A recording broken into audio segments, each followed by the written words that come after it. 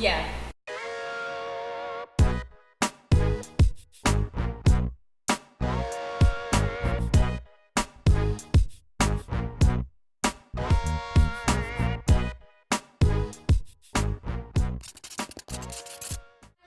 Welcome back to my YouTube channel. My name is Chantal. If you're new here, we all study in different places around the world, and we are here to share our experience with you. We're now moving on to university life. So was it hard adjusting?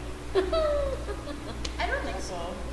For me, going over there, the people were actually, the people that I met upon arriving were actually very nice. They were so friendly and so welcoming. The adjustment hasn't hit me yet, so check me back next semester. So you're still adjusting? Yes. We think adjustment is not something that you could ever get accustomed to, because this is not your home, this is not where you were born, this is not where you were raised, so everything is just unfamiliar to you. I could say that my adjustment period would have been different to others because we have a very large Caribbean community at USF, considering that it's a predominantly white institution.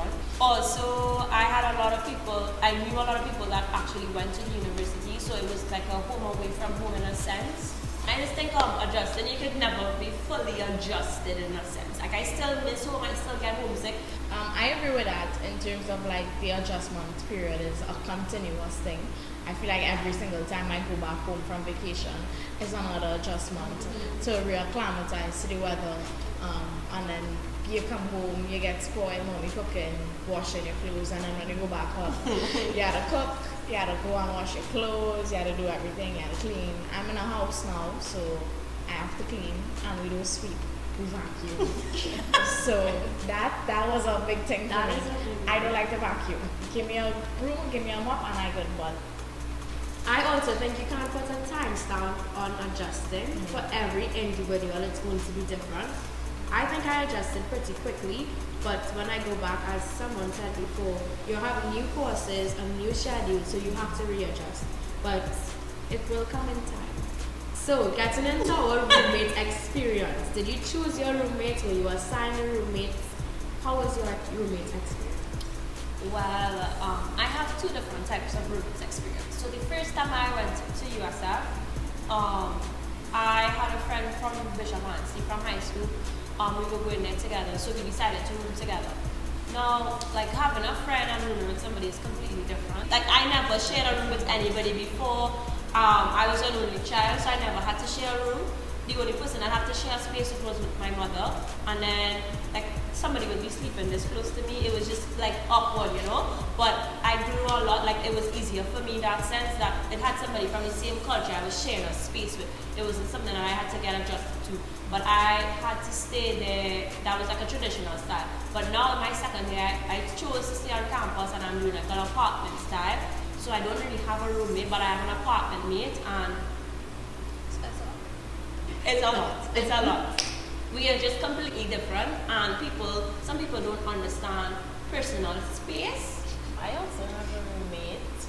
When I first got to Jamaica, we were randomly assigned roommates. All the first years actually have to sleep in a double room. So they randomly assign people to sleep together. And thank God, I got like a perfect person. Like, we're so similar. We ended up deciding to room again in our second year. The hall that I chose to stay on is so homey. It's not like an apartment complex. It's like an actual house that I sleep in with an upstairs and a downstairs. And the kitchen is right there, and the bathroom is near to your room. And it's so the only thing is it's communal. And I share with like 5 other people. So, like Brittany, I live in an apartment style. So I have my own room, but I share a bathroom and a kitchen with 3 girls, 1 parrot, and 1 dog. Explain. Please explain, elaborate on the parrot and the dog. One of my suite mates has 2 emotional support animals. I also had a decent roommate experience. I had my own room. It was suite style, but not apartment style. So I don't have a kitchen and a living area. And I think like a roommate experience really teaches you about people and other cultures and brought up see and habits, and it's just an eye-opening experience. But my advice is like if you honestly cannot like share a space with somebody like this small, like what I did, I chose somebody who had a similar cultural experience as I did. That worked out great. But like I knew some horror stories. So if you can't do that, if you can afford it, I think you should just Room by yourself. Well, for me, in my first year, I was in a flat, so it was 7 of us, 3 girls, 4 boys. I had my own bedroom and bathroom. I had my own bedroom and bathroom, and we all shared like a kitchen and a living room. But I was first year. I didn't know any of them, but it wasn't that bad. Obviously, I mean, everybody is different. But in second year, I chose to live with a few friends, so it's like 5 of us in an actual house now. So that's nice. I have my own bedroom, and then I share a bathroom and a shower with another girl. And we have a kitchen and a living room. I think in terms of bathrooms, raise your hand if you had a communal bathroom. I just like to say that I am. I'm still at home, so this is really applies to me. So what is it sharing? Because I only had to share a bathroom with one other person. You had to share with a limited number, but you have to share with a floor. I had to share with a floor. A floor meaning about 12 girls, or more than 12, probably possibly like 20 people, right? But our bathing schedules, our showering schedules, completely different. So I mean, there are a lot of videos out there on YouTube, you know, you do research, and they have like scare stories. It's really not that scary. Like I would go to shower 8 a.m. or like 1 o'clock in the night. Most people won't be doing that. But I would advise you need to get shower shoes. Like that's a no-go. You have to get that, and you have to have like a bag to put your stuff in. Personally, I have like a Velcro towel, so I used to walk around with all of that and like a shower cap or whatever. Some people don't opt to do that. They change their clothes in the bathroom when the bathrooms are this size. The only thing I would advise is like don't near any bathroom. Don't near from your room and walk down. Like that was just a bad experience for me. In terms of the accent, does the accent draw attention? Yes. They always assume I'm from Africa. Or Jamaica. We get I out got of Portugal Jamaica. once, so. But honestly, like if you go out in a setting, like you have to speak like standard English. Like I can't say, oh whatever, like they would think I speak Spanish. But like when I speak to other like Chinese, they think we speak Spanish. They don't think that it's English. Yeah. But I get a lot of I've been told that my English is very good. Yes. I've And been I'm told just that like, also. okay, Yeah. should I be offended because English is my first language? Language, exactly. they think we're exotic. That's the exact word. In Trinidad, we have people of East Indian descent and people of African descent. In Jamaica, the Indian descent in Jamaica is a little bit, and I kind of fall into that category. Like when I went over there, and I think I went to one of the waterfalls at the time, somebody called me and I was like, I don't think you should say that over there, but it's regular. That's part of the culture shock, because over there, that's actually a compliment. That's a compliment, and I was so offended. I was like, how could you copy that? And they were like, you have nice hair. What do you mean? You're so. And I was But down here we would not. It's a derogatory term, so. that was a shock for me. I was surprised. I think we're pretty diverse. Yeah, I think we are pretty diverse. There are instances where I could be in a room and I am the only black person. So all my classes actually. I Caribbean, by me, real diverse.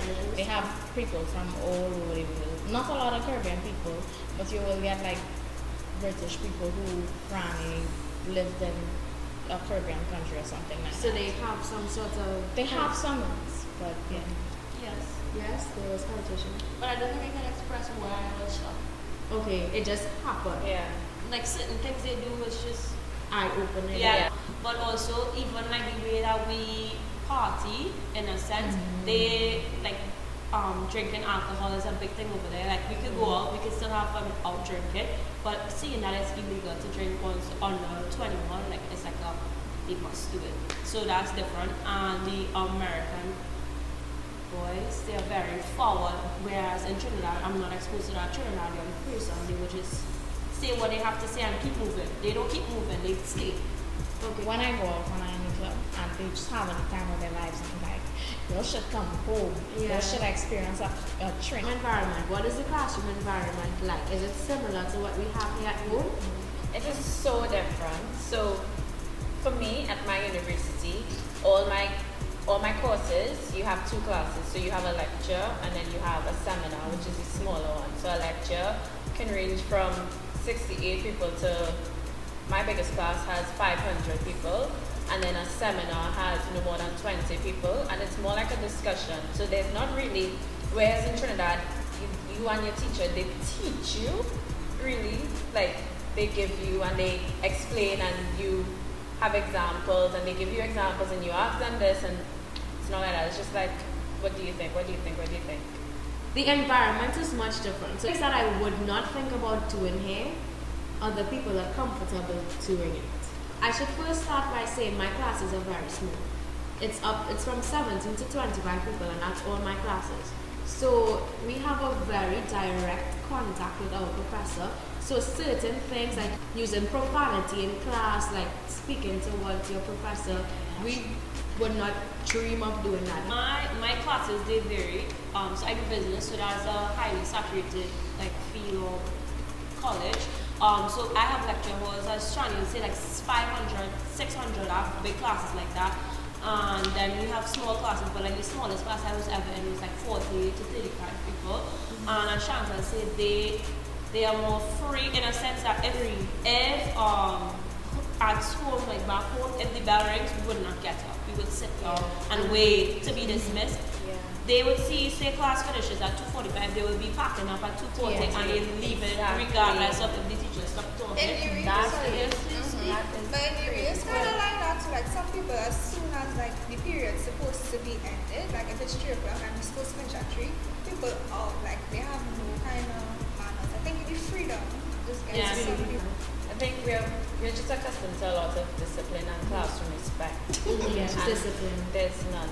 I don't think that may just be like a bishop's thing, like because of the school we went to, because some other schools they don't have as much discipline. That can be it also. On your campuses, do you generally feel safe?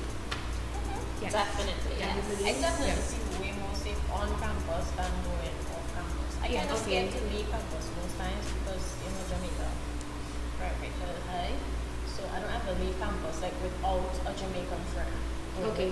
And I have had 2 incidences where like I was in an unsafe situation. I don't know. You felt uncomfortable? No, I was attacked. You were attacked? Yeah, but the response of campus security was just beyond me. So it was cool. Like good or bad? God, it was good. It was really good. Like, but I wish I could say the same. Like a man grabbed me, but What? It's grab you? You're so normal about this. Yeah, and they have like a lot of things in place. So like they have this emergency button all over school. So I pressed this and they came one time and they got the man and everything. Yeah, we have a blue button. We have a blue button too. But on my campus, I think I feel safe and I go off campus a lot. And when I'm off campus, I feel safe also. I feel safe on campus, but the size of our university is really big, so we probably have is in a very unsafe neighborhood. So I had an incident when I was going to the grocery, and the public transportation it's not as reliable as home. Safe sometimes, and sometimes I also feel safe. If I'm with myself, I'll feel a lot less safe. If I'm by myself, I'll feel a lot less safe than like if